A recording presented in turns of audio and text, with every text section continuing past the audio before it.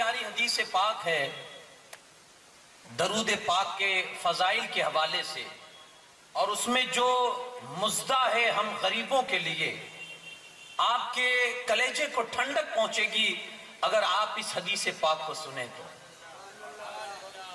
آج کون سا ایسا امتی ہے جو یہ نہیں چاہتا کہ میری جنت میں میری انٹری، میرا داخلہ حضور کے ساتھ ہو؟ ہر امتی یہ چاہتا ہے کہ حضور ہی کے ساتھ ہو، ان کی غلامی میں پیچھے پیچھے ہم بھی ان کے ساتھ جنت میں چلے جائیں۔ تو اس حدیث کو آپ سنیں۔ ہمارے اور تمہارے کائنات کے مختار آقا صلی اللہ علیہ وسلم ارشاد فرماتے ہیں، جس بندے نے مجھ پر ایک مرتبہ درود پڑھا اللہ اس پر 10 رحمتیں نازل فرماتا ہے۔ سنیں حدیث سنیں، ایک بار درود پڑھا اللہ 10 رحمتیں نازل فرماتا ہے، اور اگر کسی نے 10 درود پڑھے اللہ 100 رحمتیں نازل فرماتا ہے۔ آپ کیلکولیشن کرنے میں دنیاوی معاملات میں بڑے ایکسپرٹ ہیں، بڑے ماہر ہیں، ہے نا؟ آپ دکان پہ جائیں گے یہ چیز اتنے میں ملتی ہے تو یہ چیز اتنے میں، تو یہ چیز، یعنی آدمی فٹافٹ کیلکولیشن کرتا ہے، یہ چیز اتنا تو ہمارا اتنا منافع ہوتا ہے۔ ایک بار تو 10 بار، 10 بار پڑھے سیدھا 100 مرتبہ رحمت نازل ہوتی ہے۔ آگے حدیث سنیے، حضور فرماتے اگر کسی نے 100 مرتبہ مجھ پر درود پڑھا تو اللہ 1000 رحمتیں اس بندے پر نازل فرماتا ہے۔ یہاں تک تو یہ کیلکولیشن کی بات تھی۔ اب جو مزدہ میں سنانا آپ کو چاہتا ہوں، اب جس بندے نے 1000 مرتبہ مجھ پر درود پڑھا، حضور فرماتے جس بندے نے مجھ پر 1000 مرتبہ درود پڑھا، سنیں وہ مزدہ ہم غریبوں کے لیے، ہم گنہگاروں کے لیے، حضور فرماتے 1000 مرتبہ درود پڑھا تو جنت کے دروازے پر اس کا کاندھا اور میرا کاندھا چھو رہے ہوں گے، یعنی میں اور وہ ساتھ میں جنت میں داخل ہو رہے ہوں گے۔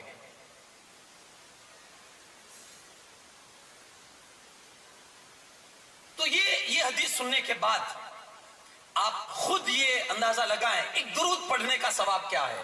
ہو سکے زندگی میں تو 1000 بار پڑھنے کی کوشش کرے، اور وہ حضور کی جو وہ خوشخبری ہم غریبوں کے لیے، حضور فرماتے ہیں کہ وہ اور میرا کاندھا جنت کے دروازے پر ٹکرائیں گے، یعنی ہم ساتھ میں جنت میں جائیں گے۔ تو ذرا جی لگا کر پورا مجمع ایک مرتبہ درود پاک پڑھ دے، اللہ رب محمد صلی اللہ علیہ وسلم نحن عباد محمد صلی اللہ علیہ وسلم دائماً ابداً ابدا۔ شاعر ہندوستان حضرت بیکل اتساہی کا لکھا ہوا وہ مشہور کلام اور حمد باری تعالیٰ، تو اپنی حمد کا اسلوب انتخابی دے، تو اپنی حمد کا اسلوب انتخابی دے، میرے مولا مجھے انداز بو ترابی دے، ہے سامنے ابھی الہاد کا در خیبر، طفیل شیر خدا عزم کامیابی دے، ہے سامنے ابھی الہاد کا در خیبر، طفیل شیر خدا عزم کامیابی دے، مجھے وہ ذرہ بنا جو کف علی میں رہے، جہاں میں چمکوں وہ کردار انقلابی دے، اور تیرے حبیب کی توصیف میں رہوں بیکل، تیرے حبیب کی توصیف میں رہوں بیکل، علی کے در کی چھنی ہو وہ گلابی دے۔ تو اپنی حمد کا اسلوب انتخابی دے، میرے اللہ مجھے انداز بو ترابی دے۔ ایک مرتبہ اور جی لگا کر درود پاک پڑھ دیجئے، اللہ رب محمد صلی اللہ علیہ وسلم نحن عباد محمد صلی اللہ علیہ وسلم دائماً ابداً ابدا۔ بڑی پیاری محفل میں آج ہم اور آپ شرکت کی سعادت حاصل کر رہے ہیں۔ ماہ نور شریف تشریف لا چکا ہے، اور ہر طرف 12 ربیع الاول کے حوالے سے خوشیاں ہی خوشیاں ہیں۔ آج وہ آیا ہے، یہ مہینہ اس کا ہے کہ جس نے آتے ہی سارے جہاں سے اندھیرے کو کافور کر دیا تھا، جس نے دنیا سے تو اندھیرے کو دور کیا ہی کیا، ہمارے دلوں کی تاریکیوں کو بھی جس نے دور کر دیا ہے۔ اس ماہ میں وہ آیا ہے، تو انشاءاللہ جتنے دن ہمارے ہاتھ میں ہے ان کا ذکر کریں گے، کیونکہ ان کا ذکر کرنا بھی عبادت ہے۔ انشاءاللہ کوشش رہے گی جہاں تک آپ نے ساتھ دیا اور ماحول نے ساتھ دیا انشاءاللہ میں حضور علیہ الصلوۃ والسلام کے حوالے سے میں آپ کو کچھ باتیں پہنچانے کی کوشش کروں گا، سیرت کے حوالے سے اور اخلاق کے حوالے سے. یہ بہت ضروری چیز ہے. مجھے یاد ہے شاید کسی تقریر میں کہا تھا کہ ہم نے حضور علیہ الصلوۃ والسلام کو صحیح معنوں میں پہچانا نہیں ہے. جب پہچان جائیں گے نا تو انشاءاللہ مان لیں گے. پہلے پہچانے تو صحیح نا، کیونکہ پہچان سے محبت بڑھتی ہے، پہچان سے محبت بڑھتی ہے. اسی لیے تو میرا امام کہتا ہے انہیں جانا انہیں مانا، نہ رکھا غیر سے کام، للہ الحمد میں دنیا سے مسلمان گیا. پہلے جانے تو صحیح. آج میرا یہ عنوان نہیں ہے، میں آج وحدانیت کے اوپر کچھ گفتگو کرنا چاہتا ہوں، وہ بھی اللہ رب العزت کے حوالے سے. میں نے جو قرآن پاک کی بڑی مشہور آیت کریم آپ کے سامنے تلاوت کی ہے، وَأُفَوِّضُ أَمْرِي إِلَى اللَّهِ، اللہ کا وہ بندہ جو اپنے معاملات کو اللہ کے حوالے کر دیتا ہے تو پھر اس کی شان کیا ہوتی ہے اور اللہ اس بندے کی لاج کیسے رکھتا ہے، وہ آج کی گفتگو میں آپ کو سناؤں گا. جو اپنے معاملات کو اللہ کے سپرد کر دیتا ہے. بڑی یہ چیز اگر بندے کے اندر حاصل ہو جائے، جس کو توکل کہتے ہیں، بھروسہ، یقین اللہ کی ذات پر. ہم اپنے آپ کو ایک بہت بڑا دعویٰ ہمارے پاس ہے کہ مسلمان ہیں، ہم ایمان والے ہیں، لیکن وہ جو توکل ہے نا وہ چیز ہمارے ہاتھ میں نہیں ہے. یہ کہ کوئی بزرگوں سے سیکھے، ہمارے اکابر سے سیکھے وہ کس انداز سے توکل کرتے تھے. ایک بہت پیاری حدیث پاک اللہ کے رسول صلی اللہ علیہ وسلم ارشاد فرماتے ہیں، میری امت کے 70,000 بندے بغیر حساب کتاب کے جنت میں داخل ہو جائیں گے. 70,000 بندے میری امت میں سے بغیر حساب کتاب کے. قالوا ہم یا رسول اللہ، صحابہ نے عرض کی یا رسول اللہ صلی اللہ علیہ وسلم وہ 70,000 بندے ہوں گے کون؟ اللہ کے رسول صلی اللہ علیہ وسلم فرماتے ہیں ان میں سب سے پہلے وہ ہوں گے جو جھاڑ پھونک نہیں کیا کرتے ہوں گے، جو جھاڑ پھونک نہیں کیا کرتے ہوں گے. یعنی وہ جو زمانے جاہلیت میں ہوتا تھا، جو چھو منتر والا جو مسئلہ ہوتا ہے جھاڑ پھونک کا وہ نہیں کیا کرتے ہوں گے. میری امت میں کچھ ایسے لوگ ہوں گے. ویسے آپ اگر قرآن و حدیث کے روح سے اگر دم جھاڑ وغیرہ ہوتا ہے جو کرتے ہیں، آپ کسی پیر کے پاس جائیے، مجھے یہ تکلیف ہے، انہوں نے کوئی علاج دے دیا، کوئی تعویذ عنایت فرما دیا، کوئی دم کر دیا آپ کو. قرآن و حدیث میں جو دعائیں ہیں اور قرآن کی جو آیت کریمہ ہے اس کے حوالے سے تو اس میں کوئی حرج نہیں ہے. لیکن اگر کوئی شریعت کے خلاف کوئی ایسی چیز ہو جس میں دم جھاڑ کرواتا ہو تو یہ حرام ہے. حضور علیہ السلام فرماتے ہیں میری امت کے وہ بندے دو دم جھاڑ نہیں کرواتے ہوں گے، جھاڑ پھونک، حضور فرماتے ہو بغیر حساب کے جنت میں جائیں گے. اور دوسرے وہ لوگ جو بدفعالی نہیں لیتے ہوں گے، بدشگونی.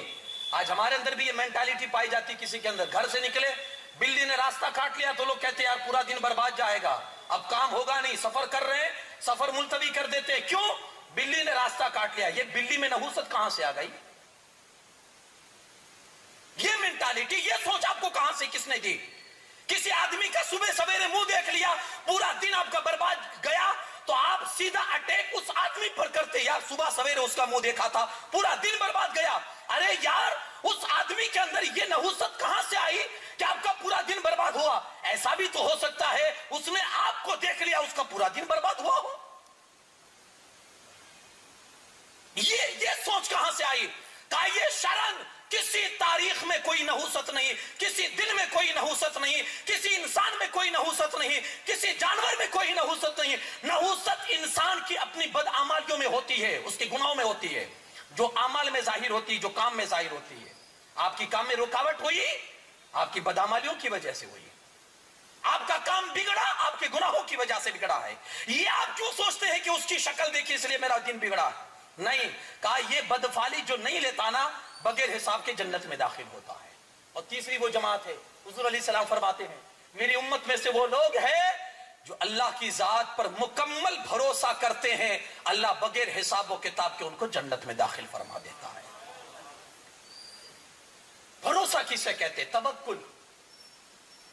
مولا علی کرم اللہ تعالی وجہ الکریم سے کسی نے پوچھا حضور بھروسہ کیا ہے، توکل کیا چیز ہے؟ ہم نے بہت کچھ اپنے آپ کو توکل کے حوالے سے کہا کہ ہم بہت اللہ پر بھروسہ کرتے. یار توکل کو پہلے سمجھے تو صحیح، توکل ہے کیا؟ مولا علی فرماتے ہیں اپنی طاقت اور قدرت کو سائیڈ رکھ کے اللہ کی تقدیر پر بھروسہ کرنا یہ توکل ہے. تم کیا ہو؟ تمہاری طاقت کیا ہے؟ میرے پاس یہ تھا اس لیے یہ کام ہو گیا، میرے پاس یہ چیز تھی اس لیے میرا یہ کام بن گیا. نہیں، اسباب تمہارا کچھ نہیں کرتے، اسباب تو ایک ذریعہ ہے. حقیقت میں کاموں کو بنانے والا اللہ پالن ہر حقیقی ہے، وہی تمہارے کاموں کو بناتا ہے، اور اسی میں یہ طاقت ہے کہ وہ تم میں تو سب کچھ تمہاری لیے کر سکتا ہے. بس یہ توکل ہمارے پاس ہونا چاہیے. تو توکل ہے بندہ اپنا سب کچھ، اپنی زندگی کے معاملات اللہ کے سپرد کر دے. یہ توکل. اب یہ کیسے حاصل ہوگا؟ ہم نے تو یہ سوچ لیا کہ ہاتھ پہ ہاتھ دھرے بیٹھ جائیں، یہ توکل ہے اللہ کی ذات پر. جب تک توکل نہیں ہوگا، میں آپ کو پروف کروں گا، انسان کی زندگی بے سکون، سکونیت سے خالی رہے گی، بے چین و بے قرار رہے گی. اسے سکون کی دولت نہیں مل سکتی جس کے پاس توکل کی دولت نہیں ہے. ایک بزرگ گھر سے نکلے روزی کمانے کے لیے کہ چلو کچھ ڈھونڈے اور تلاش کرے روزی کی. جا رہے تھے، ایک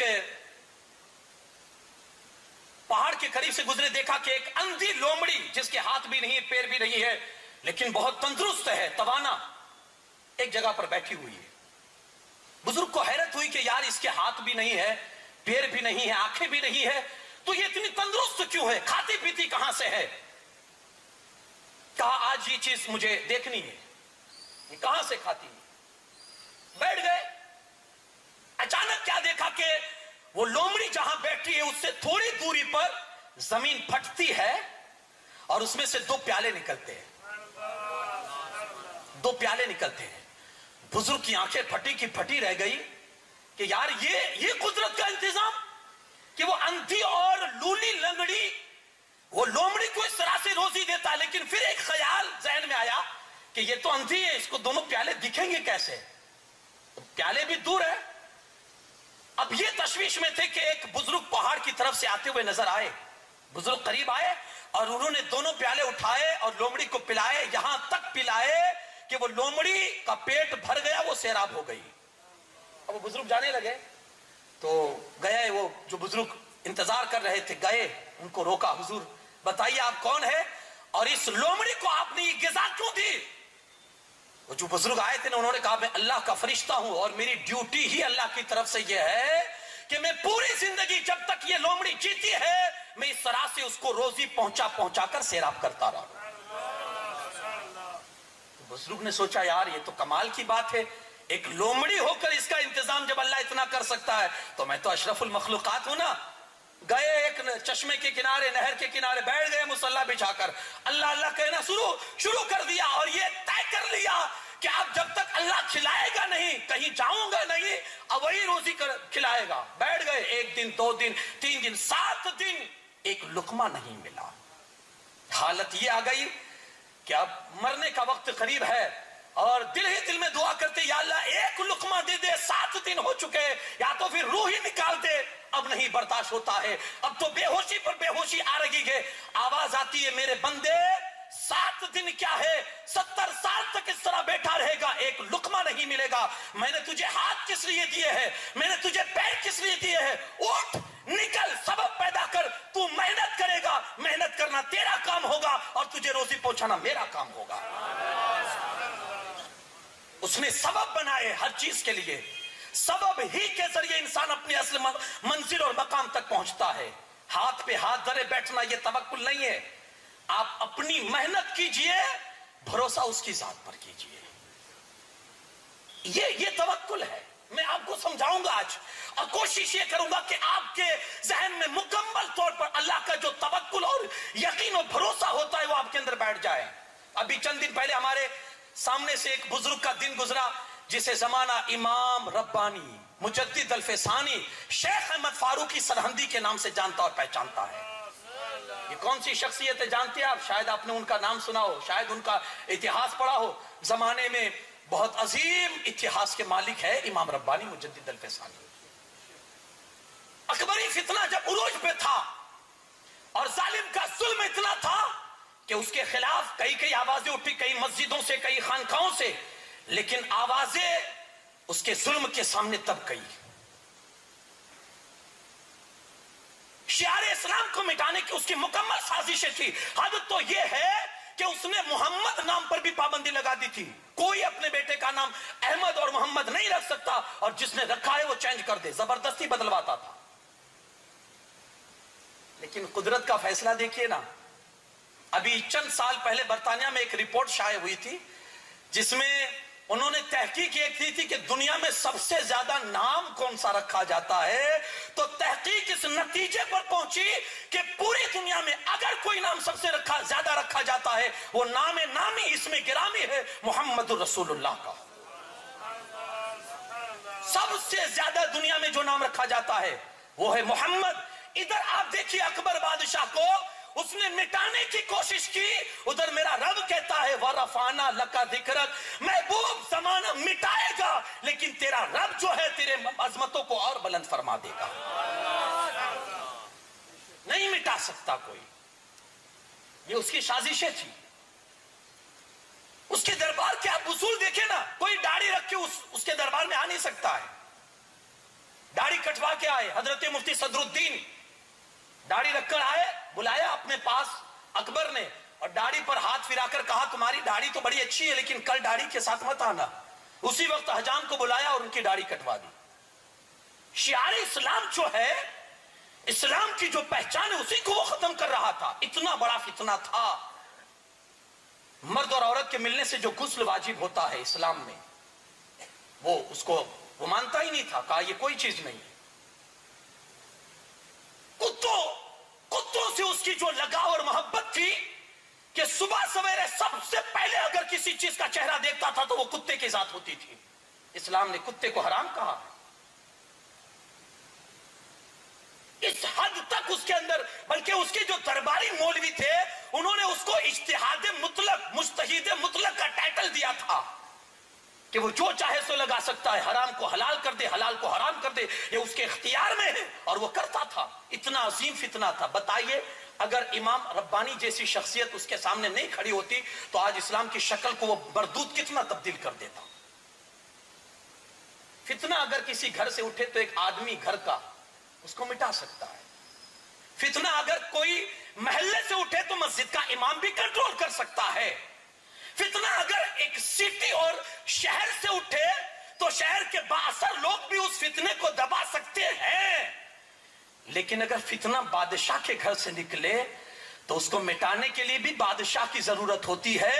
ادھر اکبر بادشاہ تھا جو فتنہ لے کر آیا تھا. اس فتنے کو مٹانے کے لیے اللہ نے پھر ادھر ولایت کے بادشاہ کو کھڑا کیا، امام ربانی کو کھڑا کیا. فاروق اعظم کا لخت جگر، وہ خود جب پیر و مرشد کو خط لکھتے ہیں نا تو اس میں لکھتے ہیں حضور میرے سامنے جب اسلام کے خلاف کوئی بات ہوتی ہے نا تو رگ فاروقی جو میرے اندر ہے نا وہ پھڑکنی شروع ہو جاتی ہے. میں برداشت نہیں کر سکتا ہوں. کھڑے ہوئے اکبر کے سامنے. جہانگیر کا وقت آیا، اکبر مرا، جہانگیر وہ بھی اپنے باپ کی روش پر تھا. اس کے دربار میں سجدے تعظیمی کی جاتی تھی. کوئی بھی آئے سجدہ کرو. امام ربانی کو بلایا گیا، آپ گئے، سجدہ نہیں کیا. درباریوں نے کہا حضور آپ کو سجدہ نہیں کیا انہوں نے، یہ آپ کے دربار کے اصول کے خلاف ہے. شہزادہ فروخ جو تھا جہانگیر کا بیٹا، وہ امام ربانی کا چاہنے والا تھا، مرید تھا. قریب آیا اور کان میں آ کر کہتا حضور کوئی بیچ کی راہ نکالیے نا، کوئی بیچلا راستہ کہ آپ کی جان بھی بچ جائے اور میرے باپ کے آبرو بھی بچ جائے. آپ نے سجدہ نہیں کیا ہے، وہ غصہ ہوا ہے اور ہو سکتا ہے وہ آپ کی گردن اڑا دے. آپ بیچ کا راستہ کوئی نکالے نا. امام ربانی نے برجستہ اس وقت شہزادے کو یہ جواب دیا تھا ارے واہ کیسی بات کرتے ہو، جب ہم فقیر ہی بیچ کا راستہ نکالنا شروع کر دیں گے تو اسلام کے عالم کو اٹھائے گا کون؟ ہم ہی جب بیچلے راستے نکالنے شروع کر دیں گے، اسلام کے یہ حرام ہے سجدہ کسی کے سامنے کرنا. سر جھکے گا تو صرف خالق کائنات کے سامنے ہی جھک سکتا ہے اور کسی کے سامنے نہیں. توکل اللہ کی ذات پر، اپنا معاملہ اللہ پر چھوڑ دیا تھا. اب کیا ہوا؟ قلعے گوالیار میں قید کر دیا گیا، بندشوں میں ڈال دیا گیا حضرت کو جیل خانے میں. لیکن آپ یہ نہ سمجھے کہ جیل میں ڈال دیا، اللہ نے کسی کی ہدایت کا انتظام کیا تھا، ہے نا. اس کی قدرت کا بھی عجیب کرشمہ ہے. کبھی آپ کو پیاس لگتی ہے تو آپ مٹکے کے پاس جاتے ہیں، پیاسے کو پیاس لگتی ہے دریا کے پاس جاتا ہے، کنویں کے پاس جاتا ہے، لیکن اس کا نظام کبھی کبھی پلٹ بھی جاتا ہے، کبھی کبھی دریا کو بھی پیاسے کے پاس پہنچا دیتا ہے۔ یہ اس کا اپنا ایک انداز ہے۔ وہاں قلعہ گوالیار میں بہت سالوں سے کئی مجرم، کنڈم مجرم گرفتار تھے، چور، ڈاکو، ڈکیتی کرنے والے، غصب کرنے والے، بڑے بڑے کرائم کرنے والے مجرم وہاں موجود تھے۔ اس جیل میں، اسی جیل میں حضرت مجدد الفسانی کو بھیجا گیا۔ یہ خدا کا، یہ اس کی قدرت تھی، وہ یہ چاہتا تھا حضرت مجدد الفسانی کو ڈالا نہیں گیا، اللہ کی طرف سے ان ڈاکوؤں کی ہدایت کا انتظام کیا گیا تھا۔ امام ربانی گئے، لوگوں نے دیکھا تھا کہ جو لوگ مجرم بن کر اندر گئے تھے، جب جیل سے باہر نکلے نا، سب اللہ کے ولی بن کر باہر نکلے۔ امام مجدد الفسانی جب اپنی خانقاہ میں بیٹھتے تھے، اللہ اللہ کا نقش جس طرح سے دلوں پر نقش کرتے تھے نا، اللہ اللہ کی ضربیں لگا لگا کر لوگوں کے دلوں کے صاف کرتے تھے۔ آپ جیل میں گئے تو جیل کو بھی آپ نے خانقاہ بنا دی، جیل کو بھی خانقاہ بنا دی۔ دراصل بات یہ نا کہ پھول کو جہاں رکھو نا، ماحول کو وہ خوشبودار بنا دیتا ہے۔ چراغ کو جہاں رکھو، چراغ کی کرنیں ماحول کو پرنور کر دیتی ہے۔ مجدد الفسانی جب تک خانقاہ میں تھے اللہ اللہ کی ضربیں لگاتے تھے، جب جیل میں گئے تو جیل کو بھی اس ماحول سے معطر کر دیا اور سب کے دنوں پر اللہ کے نام کو نقش کر دیا۔ یہ مجدد اب زمانہ دیکھ رہا ہے، گئے جیل میں لیکن معاملات اللہ کو سونپے تھے۔ زمانے نے دیکھا کہ جیل میں گئے ہیں، کیسے نکلیں گے، رہائی کیسے ہوگی، لیکن قدرت کے فیصلوں کو کوئی سمجھ نہیں سکتا ہے۔ ادھر جیل میں گئے، ادھر اللہ نے باہر نکلنے کا انتظام کر دیا۔ ہیبت خان جو فوج میں تھا اور حضرت امام ربانی کا مرید تھا، اس نے چڑھائی کی جہانگیر پر، جہانگیر ہار گیا، گرفتار ہوا۔ ہیبت خان نے خط لکھا حضور امام ربانی کے پاس، حضور دلی کا تخت خالی ہے، جائیے بیٹھ جائیے، آپ کے لیے راستے خالی ہے۔ امام ربانی نے کہا ہیبت خان تو نے ابھی اس فقیر کو سمجھائی نہیں ہے، ہم حکومت اور تخت کے لیے نہیں لڑتے، ہم حکومت اور تخت کے لیے نہیں لڑتے، اور نہ ہماری یہ مرضی ہوتی ہے تخت پر میں نہیں، تخت پر جہانگیر ہی بیٹھے گا، شرط یہ ہے وہ توبہ کر کے مصطفیٰ کا سچا غلام بن جائے، وہی بیٹھے گا، شرط یہ ہے کہ وہ حضور کا غلام بن جائے۔ کسی نے یہ خط لے جا کر جہانگیر کو دکھایا، جہانگیر شرمندہ ہوا، آیا امام ربانی کی بارگاہ میں توبہ کیا اور معافی مانگی اور کہا حضور میں تو آپ کو سمجھ ہی نہیں پایا، معاف کر دیجئے مجھے۔ اب یہ تھا حضور امام ربانی حکم دیتے تھے، جہانگیر عمل کرتا تھا۔ اب یہ آپ اس میں سمجھیں، اس واقعہ میں اللہ کے سپرد معاملات کرنے پر کیا ہوتا ہے، کیسے انتظام فرمائے۔ کوئی سوچ بھی سکتا ہے کہ جیل خانے سے نکال کر واپس اسی مقام پر حضرت امام ربانی کو پہنچا دیا، یہ خدا کی قدرت ہے۔ بندہ جب توکل اللہ کی ذات پر کرتا ہے نا، اللہ ایسے ہی انتظامات کرتا ہے۔ حضور علیہ السلام کی ایک حدیث پاک ہے، اللہ کے رسول صلی اللہ علیہ وسلم فرماتے ہیں اللہ پر ایسا بھروسہ کرو، ایسا توکل کرو جیسا کرنے کا حق ہے۔ جی ہاں، اس لیول کا بھروسہ ہونا چاہیے جیسا حق ہے۔ کہا کیا فائدہ ہوگا؟ کہا جب تم اللہ پر ایسا بھروسہ کرو گے تو وہ ایسا تمہیں رزق عطا فرمائے گا جیسا پرندوں کو عطا فرماتا ہے۔ کیسے پرندوں کو ملتا ہے؟ کہا صبح خالی پیٹ جاتے ہیں، شام کو کبھی ایسا نہیں ہوا کہ خالی پیٹ واپس آیا ہو۔ مجھے بتائیے آپ پرندوں کی کون سی دکانیں ہوتی ہیں؟ ہم صبح نکلتے، ہماری فیکٹری میں جاب ہوتی ہے، ہماری کوئی مارکیٹ میں دکان ہوتی ہے، ہماری آفس ہوتی ہے جہاں ہمیں کام کرنا ہوتا ہے اور کمانا ہوتا ہے۔ ان کے لیے کوئی انتظام نہیں ہے، کوئی فیکٹری، کوئی دکان، کوئی آفس نہیں ہے، بس ایک بھروسہ ہوتا ہے اور اسی بھروسے کے سہارے نکل جاتے ہیں۔ پتہ نہیں کس منزل پر ان کو روزی ملے گی۔ فرشتوں، پرندوں کے پاس نہ کوئی فریج ہے، نہ کوئی الماری ہے، نہ کوئی کباٹ ہے جس میں وہ جمع کر کے اپنی پونجی رکھتے ہو، اپنا کھانا رکھتے ہو، کچھ نہیں ہوتا، خالی پیٹ نکلتے ہیں، لیکن جب پلٹتے ہیں تو اللہ ان کا پیٹ بھر دیتا ہے۔ کہا ایسا ایسا ایسا توکل حاصل کرو، اللہ کبھی تمہیں بھوکا نہیں رکھے گا، ان پرندوں جیسا رزق اللہ تمہیں بھی عطا فرمائے گا۔ لیکن کمی اس چیز کی ہے نا، ایک تو شکر بھی نہیں رہا اور بھروسہ بھی نہیں رہا۔ نہ شکر کی دولت ہمارے ہاتھ میں، جس میدان میں آپ دیکھیں نا، جس میدان میں ہر آدمی کی فکر یہی ہے کہ یار یہ نہیں ہوگا تو کیا ہو جائے گا میرے ساتھ، میرا یہ مال نہیں بکا تو میں کیا کر جاؤں گا, یہ چیز ہوگی یا نہیں, میرا یہ کام سکسیسفل ہوگا یا نہیں. ہر بندے کو ایک ہی فکر ستا رہی ہے, یہ نہیں ہوگا تو یہ کیا ہوگا. ایک بادشاہ تھا, مجھے یاد آیا, جس کے پاس بہت دولت تھی, اور بادشاہ ہوتے ہی دولت مند, لیکن رات کو سو نہیں پاتا تھا.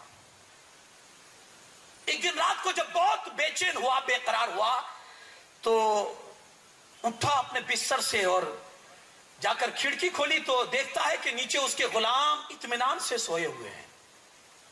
وہ دل ہی دل میں سوچنے لگا, یار میرے پاس سب کچھ ہے مگر میں سو نہیں سکتا ہوں, اور ان غلاموں کے پاس کچھ نہیں ہے, دیکھو کتنے اطمینان سے سو رہے ہیں, کیسے آرام سے سو رہے ہیں.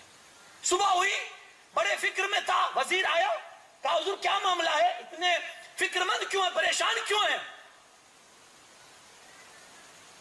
تو بادشاہ نے کہا بس یہی مسئلہ ستا رہا ہے, میرے پاس سب کچھ ہے پھر بھی رات کی نیند نہیں ہے, اور یہ میرے غلام ہیں ان کے پاس کچھ نہیں ہے, اطمینان سے سوتے ہیں.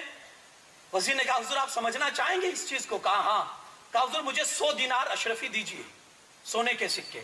ایک تھیلی میں دیے گئے, وزیر نے لیے, اس میں سے ایک نکال کے چپکے سے اپنے جیب میں ڈال لیا, ایک سکہ سونے کا. 99 سکے بچے تو ایک غلام کو بلایا اور کہا یہ بادشاہ کی طرف سے آپ کو یہ تحفہ دیا جا رہا ہے, یہ 100 اشرفی ہے, 100 دینار ہے, آپ لے جائیے اور خوشی سے استعمال کیجیے.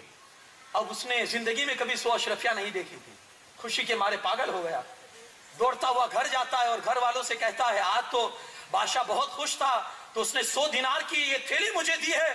سب پہلے تو خوشیاں ہی منا رہے ہیں اور خوشی سے پھولے نہیں سمجھ رہے ہیں. اب یہ ہوا کہ کسی نے کہا چلو گن بھی لیا جائے, تو سارے لوگ گننے کے لیے بیٹھے, تو گنتے ہیں تو 99 نکلی, ایک غائب ہے. بیوی نے کہا کہ آپ نے کہا 100 تھی اور اس میں تو 99 ہے. کہا دیکھو دیکھو آپس گنو. بیوی کہتی چلو میں گنتی ہوں. بیوی نے گنا تو بھی 99 نکلی, ایک کم. پریشان ہے. اب بیوی بھڑکتی ہے, یار تم سے ایک اشرفی نہیں سمجھی جاتی ہے, ایک اشرفی کی قیمت کیا ہوتی ہے تم جانتے ہو, کبھی تم نے دیکھی ہے. بادشاہ نے دی تھی وہ بھی گرا دی. ادھر بیٹی کہتی ہے ابا پریشان نہ ہو, یہیں کہیں گرا ہوگا. ٹیبل اٹھا کے دیکھا جا رہا ہے, صوفہ اٹھا کے دیکھا جا رہا ہے, وہاں گری ہوگی وہاں گری ہوگی, سب چھان مارا کہیں نہیں ملے گی. پوری رات اسی جھگڑے اور چھان بین میں نکل گئی. صبح ہوئی, غلام گیا بادشاہ کے دربار میں, رات بھر سویا نہیں تھا, آنکھیں سوجی ہوئی تھی. وزیر نے دیکھا تو بلایا, کہا تمہاری آنکھیں سوجی ہوئی ہے. غلام نے کہا دراصل مسئلہ یہ تھا کہ ایک اشرفی گم ہو گئی تھی, تو اسی کو تلاش کرنے میں پوری رات نکل گئی, تو نیند نہیں ہو پائی ہے, اس لیے یہ آنکھیں سوجی ہوئی ہے. تو وزیر نے اپنے جیب سے وہ سکہ نکالا اور کہا یہ سکہ میرے پاس رہ گیا تھا, معاف کیجئے گا, لے جائیے یہ سکہ اور آپ جا سکتے ہیں. غلام تو چلا گیا. وزیر بادشاہ سے کہتا ہے حضور آپ کے پاس سب کچھ ہے, آپ کے پاس سب کچھ ہے, مگر جو ایک اشرفی نہیں ہے نا, اس کی فکر میں آپ پوری زندگی کو برباد کر ڈالتے ہیں. آپ سمجھیں, ہمارے پاس سب کچھ ہے, لیکن جو ایک اشرفی جو گم ہو گئی ہے, اس گم ہونے والی کی فکر میں ہم اپنا پورا مزہ اور انجوائمنٹ بگاڑ دیتے ہیں. وہ کب ملے گی, اسی فکر میں ہماری جو یہ مل جاتی ہے نا, اس کو بھی ہم گنوا دیتے ہیں. آپ ایک کاغذ لیجئے, قلم لیجئے اور بیٹھیے لکھنے کے لیے اللہ نے کیا کیا ہم کو دیا ہے. آنکھ دی ہے, اس کا مطلب آپ کو اندھا نہیں بنایا. آپ کو ہاتھ دیے, آپ کو پیر دیے, آپ کو زبان دی, آپ کو کان دیے, یہ ساری نعمتیں. آپ کو آکسیجن کی دولت جو دی ہے, اس آکسیجن کی دولت کو آپ کو کورونا نے سمجھائی ہے کہ یہ آکسیجن کتنی قیمتی ہے. لوگوں کے پاس کروڑوں کی دولت ہونے کے باوجود بھی ان کے پاس آکسیجن کی تھوڑی سی کمی کیا ہوئی, انہوں نے لگا دی اپنی دولت, اپنی طاقتیں اس آکسیجن کو حاصل کرنے کے لیے, مگر ہوا جو رب نے چاہا تھا. اس کو آپ سمجھ سکتے ہیں. عرب کی سرزمین پر آپ نے وہ پوسٹ پڑھی ہوگی کہ ایک بندے کو آکسیجن میں تھوڑی سانس لینے میں کمی ہوئی, اسپتال میں اس کو ایڈمٹ کیا گیا. 10 یا 12 دن وہ اسپتال میں رہا. جب اس کو چھٹی ملی اسپتال سے, تو گیا وہ آفس میں بل لینے کے لیے. اسپتال والوں نے اس کے سامنے بل تھمایا, کہا کتنا ہوا, تو کہا 10,000 ریال یا درہم. وہ رونے لگا. کہا کتنا ہوا؟ کہا 1000 درہم. کہا یہ کس چیز کا آپ لے رہے ہو؟ کہا آپ کو جو آکسیجن ہم نے دی ہے اسپتال میں تو اس آکسیجن کی یہ قیمت ہے 1000 ریال. وہ رونے لگا. اسپتال والوں نے کہا یار آپ رونا بند کر دیجئے, ہم آپ کی جو یہ فیس ہے اس کو ہم گھٹا دے رہے ہیں, ہم تھوڑا کم کر دیں گے, آپ رونا بند کر دیجئے. اس بندے نے کہا, اس کی عمر تھی 72 سال 72 ایئرز. کہا میں اس لیے نہیں رو رہا ہوں کہ آپ نے قیمت بہت زیادہ لگا دی ہے, نہیں. کہا میرے پاس اللہ کا دیا بہت ہے, کوئی کمی نہیں ہے دولت کی میرے یہاں. میں رو اس لیے رہا ہوں کہ آج آپ نے 12 دن رکھا تو میرے پاس 1000 ریال لے رہے ہو. 72 سال سے یہی آکسیجن میں کسی دربار سے لے رہا ہوں, 72 سال سے, اور ایک بار بھی اس کا شکریہ میں نے ادا نہیں کیا ہے. یہ ہماری کمی ہے, نہ شکر ہے نہ توکل ہے اس کے بارے میں.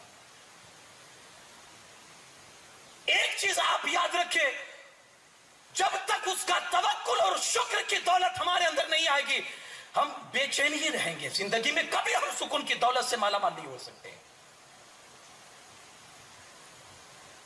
آپ کبھی دیکھیں تو کوئی زندگی میں یار اس کے اپنے معاملات کو اس کے سپرد کر کے پھر آپ کو وہ اطمینان قلب کیسا حاصل ہوتا ہے. حضرت ابراہیم علیہ السلام کی زندگی دیکھ لینا, پوری زندگی اللہ کو سپرد کر دی.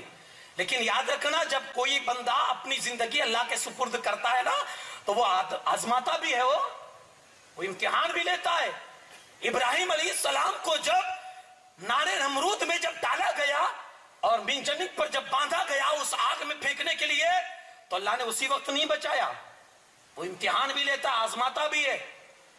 فرشتے حضرت جبرائیل آئے, حضور کوئی حکم؟ کہا ہے لیکن تجھ سے نہیں ہے. کہا جس سے ہو اس سے تو آپ کہہ دیجئے میں پہنچا دیتا ہوں. کہا جس کو کہنا ہے نا وہ دلوں کے حال کو بھی جانتا ہے, کہنے کی ضرورت نہیں ہے, آپ جائیے. کہا حضور ایک حکم دیجئے, ایک ہوا کا جھونکا ماروں گا پوری آگ بستی کو جلا کر راکھ کر دے گی. کہا نہیں, میرا رب اس بات پہ راضی ہے تو اس کا خلیل بھی راضی ہے. منجنیق میں باندھا گیا, اللہ نے کوئی حکم نہیں دیا, اللہ نے اس وقت نہیں بچایا. جب پھینک دیا گیا اور آگ میں جب گرنے لگے تب حکم ہوا, یا نارکونی بردم و سلام علی ابراہیم, اے آگ ابراہیم کے حق میں ٹھنڈی ہو جا. تب جا کر پورا آتش کا داغ گلزار بن گیا. جب آپ توکل کرو گے نا تو وہ آزمائے گا بھی میرا بندہ سچا ہے یا نہیں. حکم دیا بیٹے کو کاٹ دے, جب چھری چلائی نا تب تک کچھ نہیں کیا, جب مکمل ارادے سے چھری چلائی تو بیٹے کو ہٹا کر جنت سے دمبا لا کر رکھ دیا. یہ اس کا انتظام ہے. اس طرح سے جب بندہ آزمایا جاتا ہے اور اس کی ذات پر جب بندہ بھروسہ کرتا ہے وہ اپنے بندے کے بھروسے کو کبھی توڑتا نہیں ہے. عورت ہمیشہ نازک ہوتی ہے نا, بہت چھوٹے دل کی مالک ہوتی ہے عورت, اور وہ بھی اولاد کے مسئلے میں تو اس کا دل بڑا چھوٹا ہوتا ہے عورت کا. موسیٰ علیہ السلام پیدا ہوئے ایسے ماحول میں کہ فرعون کا حکم تھا کوئی بچہ پیدا ہو قتل کر دیا جائے. موسیٰ علیہ السلام پیدا ہوئے, ماں کو فکر ہوئی اب کیا کروں. اللہ کی طرف سے حکم ہوا ایک صندوق میں بند کر کے اپنے بیٹے کو دریا میں ڈال دے. عقل بھی کچھ کہتی ہے نا, صندوق میں بند کر کے بیٹے کو دریا میں ڈال دے. حکم تھا رب کا, توکل جو رب کی ذات پر تھا, بھروسہ. صندوق بنایا, دریا میں ڈال دیا. پہلے تو تشویش میں تھی, صندوق کو تھوڑا سا کھلا رکھوں تاکہ بیٹا سانس تو لے سکے, لیکن پھر یہ سوچ آئی کہ اگر بند کروں گی, اگر کھلا رکھوں گی تو پانی اندر چلا جائے گا, بچہ ڈوب جائے گا. کھلا رکھتی ہوں تو پانی چلا جاتا ہے, نہیں کھلا رکھتی ہوں تو آکسیجن کی تکلیف ہوتی ہے. لیکن قدرت کی ذات پر بھروسہ تھا نا, ایسے ہی بند کر کے صندوق پانی میں ڈال دیا. اللہ کے بھروسے اور اطمینان سے گھر چلی گئی. ادھر فرعون اپنی بیوی حضرت آسیہ کے ساتھ سیر کرنے کے لیے نکلا تھا, گھومتا جب اس علاقے میں نکلتا ہے جہاں سے وہ صندوق تیرتا ہوا آ رہا تھا, کسی غلام سے کہتا ہے یہ صندوق کیسا ہے ذرا اٹھاؤ. صندوق قریب لایا گیا, کھولا گیا. موسیٰ علیہ السلام کی شکل جب دیکھی گئی, جیسے ہی حضرت آسیہ کی نظر موسیٰ علیہ السلام کے چہرے پر پڑتی ہے فریفتہ ہو جاتی ہے اور کہتی ہے اس بچے کو ہم بیٹا بنائیں گے. لگتا ہے کہ اس بیٹے کے ذریعے سے ہماری آنکھوں کو ٹھنڈک پہنچے گی, ہمیں کچھ فائدہ ہوگا. لے لیا۔ فرعون نے دل میں سوچا کہ لگتا ہے جب ہم بیٹا بنا لیں گے تو یہ تو ہم کو تکلیف نہیں دے گا، کیونکہ نجومیوں نے اس کو بتایا تھا کہ ایک بچہ جنم لے گا جو تیری سلطنت کے لیے خطرہ ہوگا، تیری سلطنت کو نصف و نابود کرے گا۔ اب یہ موسیٰ علیہ السلام اس کے دربار میں ہے۔ ایک دن ہوا، دودھ پلانے کی باری آئی تو ساری عورتوں کو بلایا گیا۔ اللہ نے انتظام یہ کیا، ساری عورتوں کا دودھ موسیٰ علیہ السلام پر حرام کر دیا۔ اتنی کوشش کے باوجود بھی موسیٰ علیہ السلام نے کسی عورت کا دودھ نہیں پیا۔ پوری رات فرعون جاگتے ہوئے گزار دیتا ہے کہ یہ بچہ دودھ پیے کسی طرح سے۔ اس زمانے میں وہ بوتل والا دودھ تو نہیں تھا۔ پوری رات گزر گئی، بے چینی میں، بے قراری میں جاگتے ہوئے موسیٰ علیہ السلام نے کسی کا دودھ نہیں پیا۔ رو رہے ہیں، بچے کو خاموش کرنا ہے۔ اب جب بچہ روتا ہے تو پھر پورا گھر پریشان ہوتا ہے۔ صبح ہوئی، سارے عورتوں کو بلایا گیا۔ ادھر موسیٰ علیہ السلام کی ماں نے اپنی بیٹی سے کہا ذرا جا کر اپنے بھائی کی خبر تو لو، کہاں ہے، کس حال میں ہے۔ بیٹی آتی ہے اپنے بھائی کو تلاش کرنے کے لیے، پہنچتی ہے فرعون کے دربار میں، حال چال معلوم کرتی ہے۔ پتا چلتا ہے کہ دودھ کسی کا نہیں پی رہے۔ حضرت موسیٰ علیہ السلام کی بہن فرعون کے سامنے جا کر کہتی ہے کہ مجھے ایک عورت کے بارے میں پتا ہے، اور مجھے یہ اندازہ بھی ہے کہ اگر وہ عورت دودھ پلائے گی تو یہ ضرور پی لیں گے، کیونکہ وہ عورت ان کے خیر خواہوں میں سے ہے۔ اب فرعون کا تھوڑا سا دماغ، جب اس نے خیر خواہ کا لفظ بولا نا، بھلائی چاہنے والے، تو فرعون نے کہا یہ ایسی بات کیوں کر رہی ہے، بھلائی چاہنے والے، اس کا مطلب ان کے گھر کا تو بچہ نہیں ہے نا۔ کہا یہ تو نے خیر خواہ کا لفظ کیوں بولا؟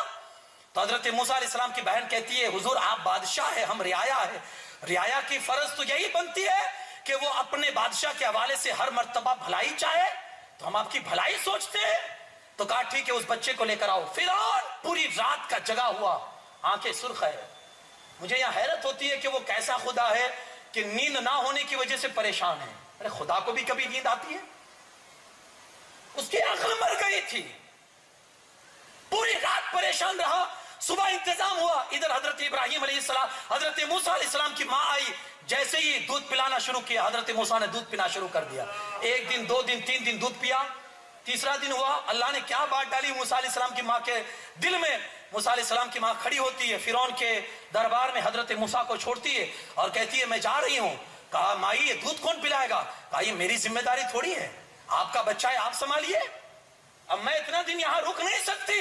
فرعون مجبور ہو گیا، کہتا ہے مائی اگر آپ نہیں رک سکتی تو کوئی بات نہیں، آپ بچے ہی کو اپنے ساتھ گھر پر لے جائے۔ یہ ہے توکل۔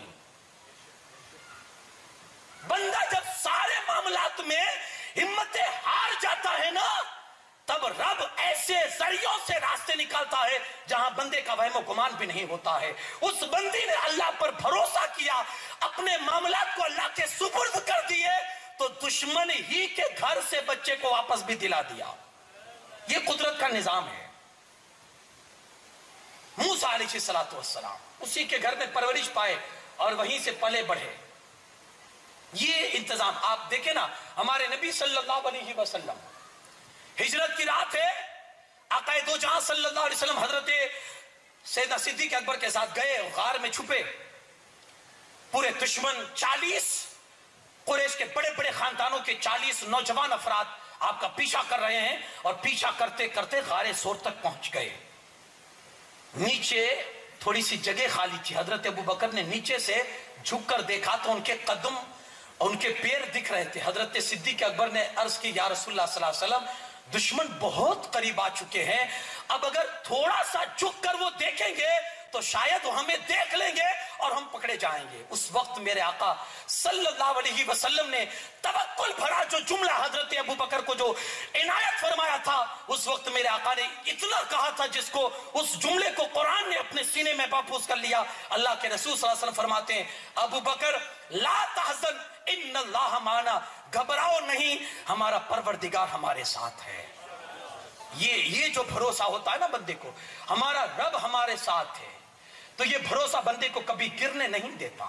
یاد رکھیے گا جب انسان کا توکل کمزور ہوتا ہے نا تو اس کے سامنے یہ چیز پیدا ہوتی ہے۔ کون سی چیز؟ فکر، ٹینشن، بے صبری، حرام راستے اختیار کرنا، حرام راہوں کو لینا۔ جب توکل سے خالی ہو جائے گا، جب توکل اس کے اندر سے نکل جائے گا تو یہ چیزیں جنم لے گی۔ ٹینشن بڑھ جائے گا، حرام راستے اختیار کرے گا، یہاں تک کہ ایک وقت وہ آئے گا کہ خودکشی کرنے پر مجبور ہو جائے گا جب اس کے اندر توکل، کیونکہ وہ بندہ یہ سمجھے گا اب میں اس جگہ پر آ چکا ہوں جہاں سے مجھے کوئی نکال نہیں سکتا ہے۔ اب یہاں چل کے بندے کو توکل کی ضرورت ہوتی ہے۔ جب آدمی ہر طرح سے پھنس جائے اور اسے یقین ہو جائے کہ اب یہاں سے کوئی نہیں نکال سکتا، میرے بھائی ایک بار تو اس کی ذات پر توکل کر لے، پھر دیکھ وہ کیسے، ارے وہ بچانے پر آتا ہے نا تو کبوتر کے ذریعے بھی اپنے محبوب کو بچا لیتا ہے، وہ جب بچانے پر آتا ہے تو مکڑی کے جالے سے اپنے حبیب کی حفاظت کر لیتا ہے، اور جب مارنے پر آتا ہے نا تو مچھر جیسی کمزور مخلوق سے بھی نمرود جیسے بادشاہ کو مروا ڈالتا ہے۔ توکل اس کی ذات پر کرے، جتنا ہمارا اور آپ کا توکل اس کی ذات پر مضبوط ہوگا نا، سمجھ لیجئے گا ہماری زندگی میں اتنا ہی سکون اور اطمینان ہماری زندگی میں آئے گا۔ ہم آج خالی ہے، یاد رکھیے گا وہ پالنہار حقیقی ہے، خالق کائنات ہے، ہر چیز اس کے قبضے میں، وہ جو چاہتا ہے وہی ہوتا ہے۔ اگر یہ چیز آپ اپنے ذہن و دماغ میں یہ بٹھا لے کہ وہ جو چاہتا ہے وہی ہوتا ہے، تو پھر آپ کے لیے ہر معاملات آسان ہے، آپ کے لیے کوئی معاملہ دشوار نہیں۔ ہماری سمسیا یہی ہے کہ ہم اسباب پر بھروسہ کر لیتے ہیں۔ اعلیٰ حضرت علی رحمت و رضوان سے کسی نے پوچھا حضور توکل کی تعریف کیا ہے؟ آپ نے فرمایا توکل اسباب کو چھوڑ دینے کا نام نہیں ہے کہ آپ کچھ بھی نہ کرو اور اللہ کی ذات پر توکل کرو، نہیں۔ حضرت انس ابن مالک رضی اللہ تعالیٰ عنہ حضور علیہ السلام کے بارگاہ میں آئے اور حضور علیہ السلام مسجد میں بیٹھے ہوئے تھے، عرض کرتے یا رسول اللہ صلی اللہ علیہ وسلم میں اونٹ باہر چھوڑ کے آیا ہوں، میں نے باندھا نہیں ہے، میں اللہ کی ذات پر بھروسہ کرتا ہوں، وہ میرے اونٹ کی حفاظت کرے گا۔ اللہ کے رسول صلی اللہ علیہ وسلم نے فرمایا انس یہ بھروسہ نہیں ہے، پہلے خدا نے تجھے جتنی طاقت دی ہے نا تو حفاظت اس اونٹ کی کر لے، رسی لے اور رسی کے ذریعے اونٹ کو باندھ دے، جب تو نے اپنی طاقت کے حساب سے اس کی حفاظت کر لی اب اللہ کی ذات پر بھروسہ کر، یہ توکل ہے۔ وہ بھائی تھے جو جنگل میں بکریاں چراتے تھے اور ڈیوٹی یہ تھی کہ ایک بھائی گھر آئے گا تو دوسرا حفاظت کرے گا، دوسرا گھر آئے گا تو پہلا حفاظت کرے گا۔ ایک دن ایسا ہوا کہ بڑا بھائی کسی کام سے شہر میں آیا تو چھوٹا بھائی بھی بکریاں چھوڑ کے چلا آیا۔ بڑے بھائی نے چھوٹے بھائی کو شہر میں دیکھا تو پوچھا بھائی بکریاں کہاں ہیں؟ کہا جنگل میں ہیں۔ کہا کس کے حوالے چھوڑ کے آئے ہو، کس کے بھروسے چھوڑ کے آئے ہو؟ چھوٹا بھائی کہتا اللہ کے بھروسے چھوڑ کے آیا ہوں۔ بڑا بھائی مسکرانے لگا بھائی یہ بھروسہ نہیں ہے، اللہ کے بھروسے چھوڑ کے آئے ہو صحیح بات ہے، لیکن اللہ ہی کے بھروسے پر شیر وغیرہ بھی جنگل میں گھومتے ہیں کہ اللہ ان کو کوئی روزی دے دے، تو بھروسہ یہ نہیں ہے کہ آپ جنگل میں جا کر بکریاں چھوڑ دو اللہ کے بھروسے، نہیں، پہلے خود کی طاقت کے حساب سے آپ سیفٹی میں لاؤ، سیف کرو، اس کے بعد اللہ کی ذات پر بھروسہ کرو۔ ہمارا مسئلہ یہ ہے نا، ہم کہتے ہیں پیسہ ہوگا تو کچھ کام بنے گا، اپنی دکان پر تالا لگانے کے بعد کہتے ہیں تالا ایسا میں نے کمپنی کا مارا ہے کوئی بھی چور توڑ نہیں سکتا ہے، میں نے اپنی کمپنی کے اندر آگ سے بچنے کے لیے ایسی سسٹم لگائی ہے کہ اب کبھی بھی آگ میری کمپنی کو کوئی نقصان نہیں پہنچا سکتی ہے۔ یہ توکل کے خلاف ہے۔ ہونا تو یہ چاہیے تھا آپ تالا بھی لگائیں، آپ سیکیورٹی کو بھی بٹھائیں، آپ وہ آگ والی سسٹم فائر سسٹم بھی لگوائیں، سب کچھ لگانے کے بعد بھروسہ اللہ کی ذات پہ کرے کہ مولا میں نے اپنی ہمت کے مطابق کام کر دیا ہے، آگے حفاظت کرنا تیری ذمہ داری ہے۔ توکل یہ ہوتا ہے۔ اس چیز کی اگر آسان مثال میں آپ کو دوں نا تو ہمارے بیچ سے ابھی چند مہینے پہلے ہی گزرا ہے کورونا، شاید اس چیز نے ہم کو یہ سکھا دیا، آدمی کے پاس سب کچھ ہاتھ میں تھا اور پھر بھی وہ بے بس تھا، سامنے باپ ایک ایک سانس کے لیے دم گھونٹ رہا ہے، بچہ ہاتھ میں پیسے لے کر کھڑا ہے لیکن پھر بھی اپنے باپ کی بے بسی کو دیکھ رہا ہے، ہاتھ میں دولت ہے پھر بھی کچھ نہیں کر رہا ہے، سامنے ڈاکٹروں کی ایک ٹیم کھڑی ہے لیکن پھر بھی کچھ نہیں کر پا رہی ہے۔ یہ قدرت دکھاتی ہے تمہارے پاس سب کچھ ہوتے ہوئے بھی اگر قدرت نہیں چاہتی تو تم کچھ نہیں کر سکتے ہو، قدرت نے دکھا دیا۔ بیماری ہے شفا وہ دیتا ہے اگر چاہے تو۔ حضرت موسیٰ علیہ السلام کو پیٹ میں درد ہوا، عرض کرتے ہیں مولا پیٹ میں درد ہوا ہے کوئی دوائی دے، حکم ہوا فلاں پہاڑ پہ چلے جاؤ، وہاں ایک درخت ہے اس کے پتے توڑ کے کھا لو اللہ تمہیں شفا دے دے گا۔ گئے اور جھاڑ کے پتے کھائے، اللہ کے حکم سے شفا مل گئی۔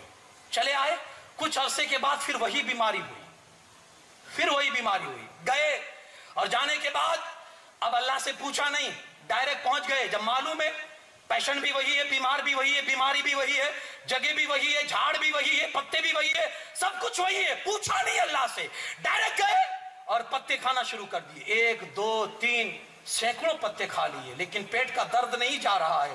جب کھاتے کھاتے تھک گئے تو اللہ کی بارگاہ میں عرض کرتے مولا کیا سبب ہے؟ پہلے بھی بیمار میں ہی تھا، بیماری بھی وہی تھی، دوا بھی یہی تھی، درخت بھی یہی تھا، سب کچھ یہی تھا، پہلے تو ٹھیک ہو گیا تھا، اب کیوں نہیں ہو رہا ہے؟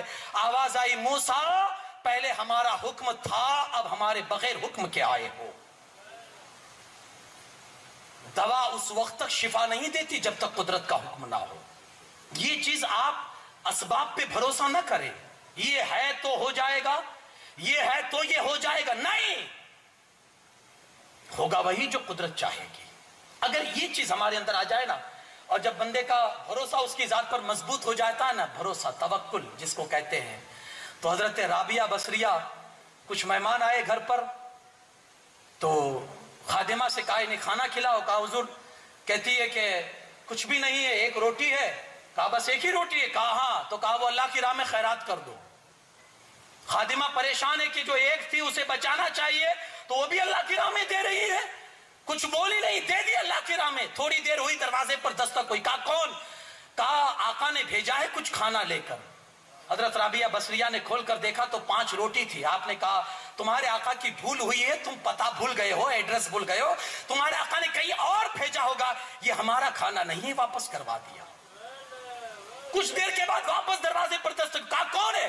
کہا آقا نے کھانا بھیجوایا ہے۔ پھر اٹھا کر دیکھا 7 روٹیاں تھی۔ آپ نے کہا یہ ہمارا نہیں ہے، واپس لے جاؤ، تم رستہ بھول گئے ہو، یہ کسی اور کے لیے بھیجا ہوگا۔ تیسری مرتبہ جب دروازے پر دستک ہوئی، آواز آئی کون؟ کہا آقا نے کھانا بھیجا ہے۔ اٹھا کر پردہ جب دیکھا جاتا ہے 10 روٹیاں تھی۔ رابعہ بصریہ کہتی ہے ہاں ہاں یہ ہمارے ہی لیے ہے اور یہ ہمارے ہی آقا نے ہمارے لیے بھیجا ہے۔ خادمہ کہتی ہے پہلی مرتبہ بھی آیا تھا، کھانا ہی تھا، کیوں قبول نہیں کیا؟ کہا تم نہیں جانتی میرے رب کا وعدہ ہے، جو کوئی میری راہ میں 1 دے گا میں اسے 10 دوں گا۔ وہ 4 اور 5 اور 7 تھے، ہمارا نہیں تھا، میں نے 1 روٹی دی تھی، میں نے یہ طے کر لیا تھا جب تک میرا خدا 10 نہیں دے گا میں اسے قبول نہیں کروں گی۔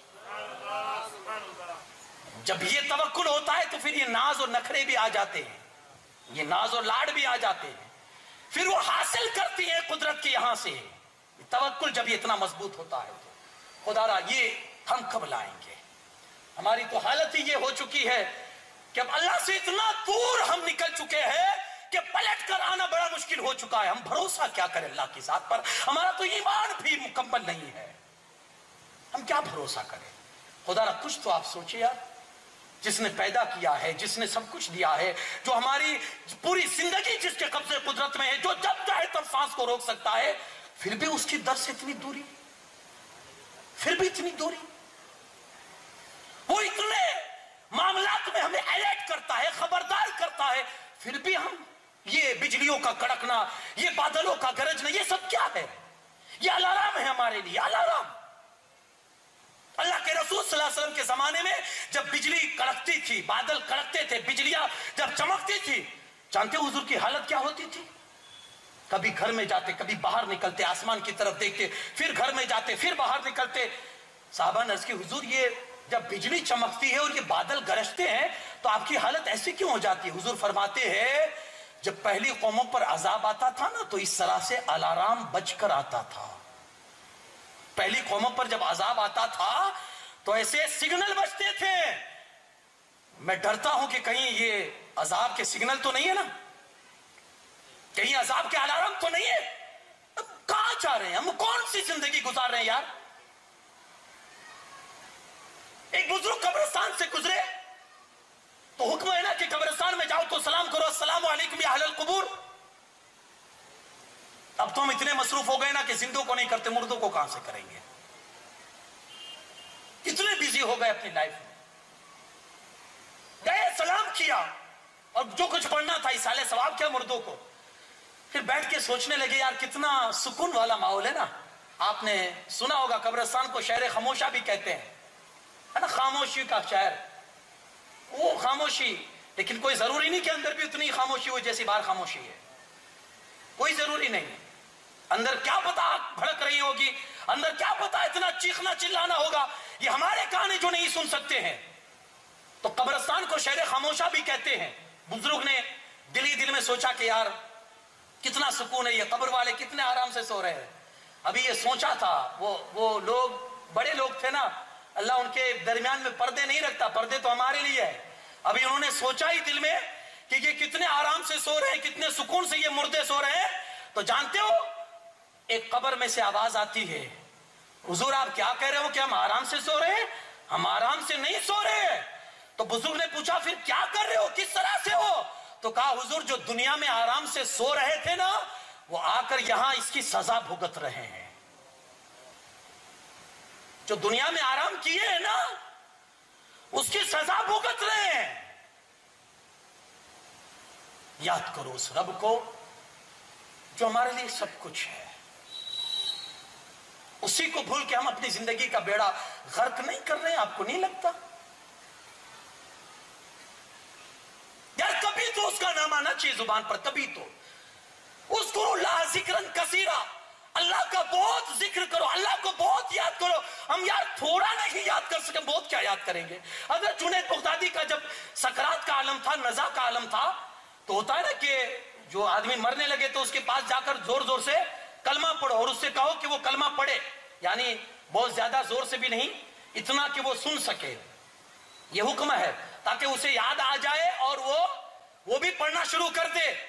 تو جنید بغدادی کے سکرات کا عالم تھا، ایک بندہ پہنچا اور اس نے کلمہ پڑھنا شروع کیا کہ حضور کلمہ پڑھو، میں آپ کو یاد دلا رہا ہوں.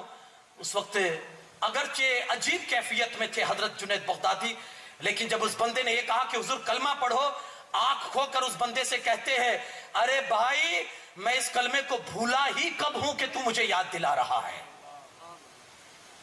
میں بھولا ہی کب ہوں اس کلمے کو کہ تو مجھے یاد دلا رہا ہے. یعنی کتنا انہوں نے یاد کیا ہوگا اللہ کو کہ مرتے دم بھی وہ اللہ کو نہیں بھول رہے. ہم کیا ہے، ہم کہاں ہیں، ہماری زندگی کیا ہے، ہماری زندگی کی بنیاد کیا ہے اور ہم کہاں کھڑے ہیں. کچھ جا کر رات کے سونے سے پہلے اس چیز کا آپ احساس کر لیجئے گا. اللہ پاک کہنے سننے سے زیادہ عمل کی توفیق عطا فرمائے. توکل کرے اللہ کی ذات پر، وہی سب کچھ ہے ہمارے لیے، اور اس پر توکل کرنے والا کبھی محروم نہیں ہوتا. یہ ہمارے سامنے اکابر کے واقعات ہے، اکابر کی زندگی ہے. اللہ رب العزت خود فرماتا ہے اللہ کی ذات پر توکل کرو، اللہ ہی تمہارے لیے کافی ہے، وہی تمہارے لیے سب کچھ ہے. اللہ پاک ہمیں اللہ رب العزت کی ذات پر مکمل بھروسہ کرنے کی توفیق رفیق عطا فرمائے. وما علینا الا البلاغ. السلام علیکم ورحمۃ اللہ.